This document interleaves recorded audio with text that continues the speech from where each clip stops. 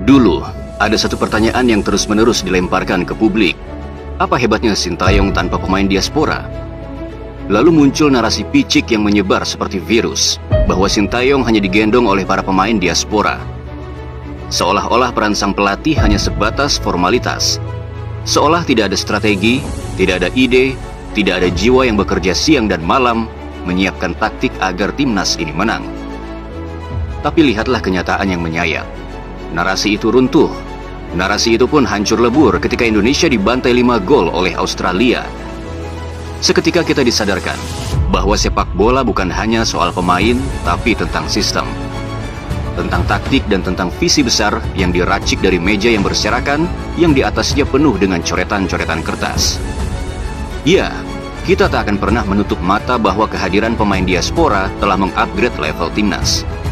Mereka membawa kualitas, mereka membawa pengalaman, mereka juga membawa mentalitasnya. Namun jika hanya pemain diaspora yang dipuja, seolah-olah para pemain bisa bermain baik tanpa ada sosok jenius di belakang layar, maka itu artinya kita telah menodai perjuangan sang pemikir. Kita lupa bahwa ada sosok yang berjibaku di ruang taktik. Ada pria yang menakar kekuatan lawan, menyusun siasat, mengubah formasi, kemudian bersiap membakar semangat. Maka Sintayong bukan hanya pelatih, dia adalah pemikir serta peredam dari pemilihan kengerian taktik lawan. Dan kini, setelah luka kekalahan itu menganga, kita harus balik bertanya, apa arti pemain diaspora jika mereka diperintahkan bermain dalam sistem yang salah, dalam taktik yang lemah, dalam strategi yang sungguh tanpa arah? Sebab tanpa arah yang benar, tanpa nahkoda yang bijaksana, bahkan kapal terbaik pun akan karam. Begitupun di timnas Indonesia, tanpa strategi yang matang, pemain hebat pun bisa dibuat tidak berdaya. Lalu muncul satu pernyataan, sebuah statement yang awalnya ingin kita abaikan, tapi justru pernyataan itu mulai menyerang ke arah pemain. Kelvin Verdong nggak ada naik-naiknya, nyaris nggak ada naik. Mungkin sebelum terakhir dia naik. Justru yang kita butuhkan adalah main di tengah, tarik lawan di tengah, manfaatkan sayap, gitu loh. Nah ini kurang, nggak kelihatan. Feeling gue 3-4 pemain nggak paham sistemnya Kluivert. Bang Sokan nggak paham. Ya, Kelvin Verdong disinggung demi untuk membela taktik pelatih yang jelas-jelas keliru dan amburadul. Maka disinilah kami berdiri. Kami akan pasang badan untuk membela The Breaker Timnas Indonesia, sang benteng di sisi kiri Garuda, Kelvin Verdong. Bagaimana mungkin Verdong dituding tak ada kontribusi dalam menyerang? Bagaimana bisa dikatakan Verdong tidak ada naik-naiknya? Kelvin Verdong nggak ada naik-naiknya, nyaris nggak ada naik. Verdong nyaris tidak ada naik sama sekali. Apakah mereka lupa? Di malam itu, Kelvin Verdong dimainkan sebagai left center back. Ya, center back. Bukan back sayap kiri yang bisa leluasa naik menyerang seperti biasanya. Lantas, kalau seorang Verdong naik ke depan, siapa yang menutup lini belakang? Saat dia tetap stay pun, kita sudah dibantai 5 gol. Apakah ingin menambah jumlah kebobolan jadi seperti ketika tim Anda dibantai Coach Nova dulu? Ironisnya, justru para pemain yang disalahkan. Sementara taktik yang kacau dibiarkan lolos dari kritikan. Feeling gue 3-4 pemain nggak paham sistemnya Kluivert. Katanya ada 3-4 pemain yang tak paham sistem Kluivert. Lalu siapa yang bertanggung jawab atas komunikasi dan pemahaman taktik? Bukankah pelatih yang seharusnya menjelaskan? Bukankah mereka berasal dari negara yang sama? Yang sebelumnya Anda bilang akan memudahkan komunikasi karena sama-sama dari Belanda? Tapi mengapa justru yang terlihat bekerja keras memberi instruksi hanya seorang Alex Pastoor? Sementara kemana sang pelatih kepala? Apa perannya? Karena yang kita lihat, dia hanya diam, membisu, mematung, dan tak berdaya. Dia hanya mampu tersenyum saat timnas Indonesia diberikan penalti. Kita para supporter memang bukan pelatih, apalagi punya lisensi. Tapi kita tak buta. Kita tahu mana strategi, mana kekacauan. Kita tahu mana sistem, mana kekeliruan. Dan ketika kita menggali lebih dalam, kita menemukan sebuah video yang kemudian membuka mata semua pecinta sepak bola Indonesia. Sekali lagi, tidak banyak klub di Eropa yang mempercayai Tati Kluivert sebagai seorang pelatih. Ya, tak banyak klub atau tim Eropa yang mempercayakan kursi pelatih kepada Patrick Kluivert. Mengapa demikian? Karena minimnya jam terbang, juga minimnya rekam jejak. Lalu muncul dugaan yang menyakitkan bahwa Indonesia hanya dijadikan ajang pencarian jam terbang dan ladang eksperimen demi mendongkrak nama pribadi. Sakit rasanya menerima kenyataan ini. Ketika timnas kita sedang berada di jalur positif menuju mimpi Piala Dunia, justru diserahkan kepada pelatih yang bahkan belum selesai membuktikan diri.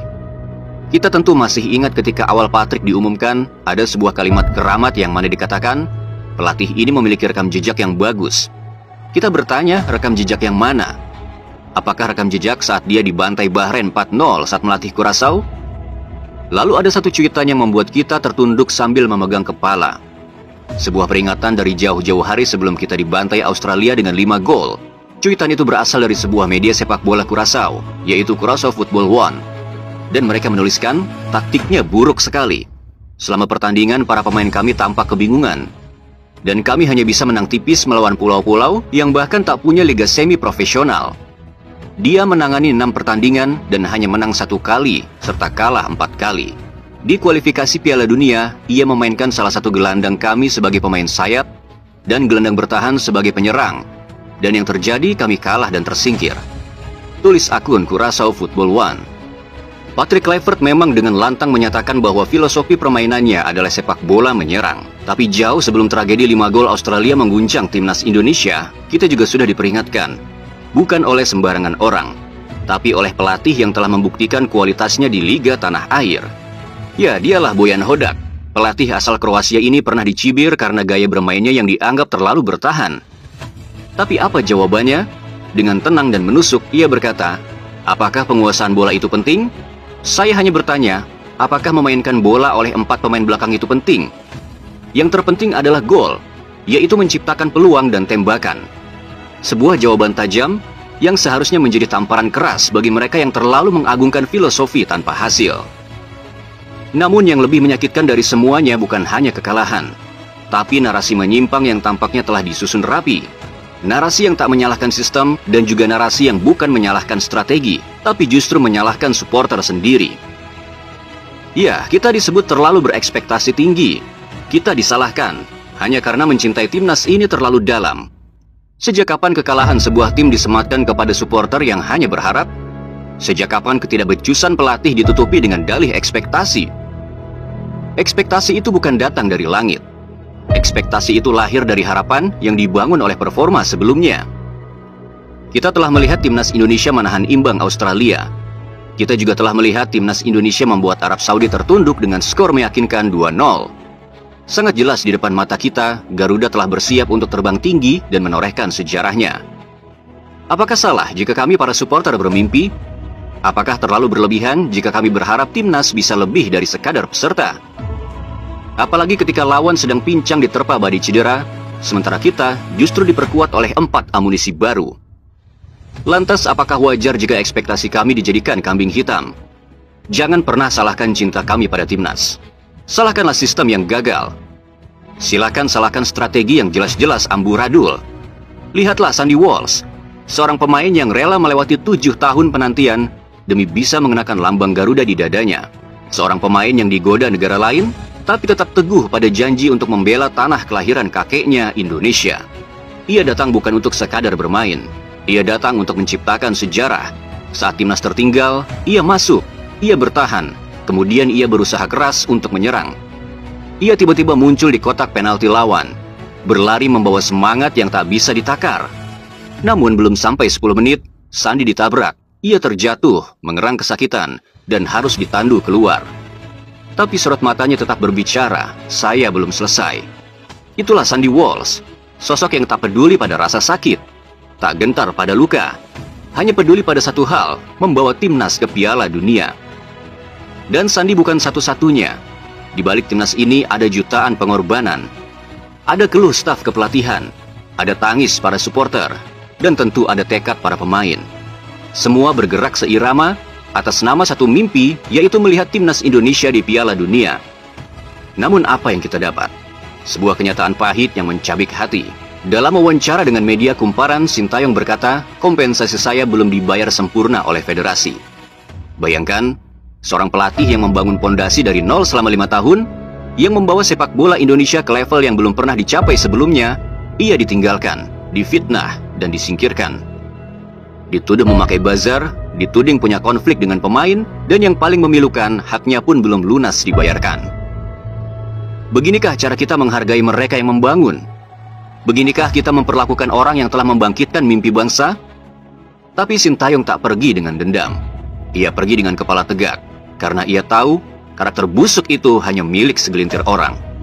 Tapi masih banyak yang tulus, yang setia, yang berani, yaitu kita, para supporter timnas Indonesia. Namun ada satu hal yang masih tertanam dalam keyakinan kita, bahwa Garuda tak akan pernah jatuh hanya karena satu badai. Karena timnas ini bukan milik satu pelatih, bukan milik satu generasi, bukan milik satu federasi. Timnas ini adalah milik seluruh rakyat Indonesia. Dari pelosok desa hingga jantung ibu kota, dari supporter yang berteriak di stadion, hingga mereka yang menatap layar televisi dengan dada berdebar. Sekali lagi, semua bersatu dalam satu mimpi, yaitu melihat Garuda terbang ke Piala Dunia. Dan jika hari ini kita terjatuh, percayalah, kita tidak jatuh untuk selamanya. Karena dari puing-puing kehancuran ini, akan lahir sebuah kebangkitan yang lebih besar. Dan pada akhirnya sejarah akan mencatat, bukan tentang berapa kali kita menang, tapi tentang berapa kali kita berani bangkit dan terus melawan. Ini bukan akhir, ini baru permulaan. Karena Garuda tak akan pernah mundur. Garuda hanya sedang mengepakkan sayapnya lebih tinggi untuk terbang lebih jauh. Untuk Indonesia, untuk mimpi kita ke Piala Dunia.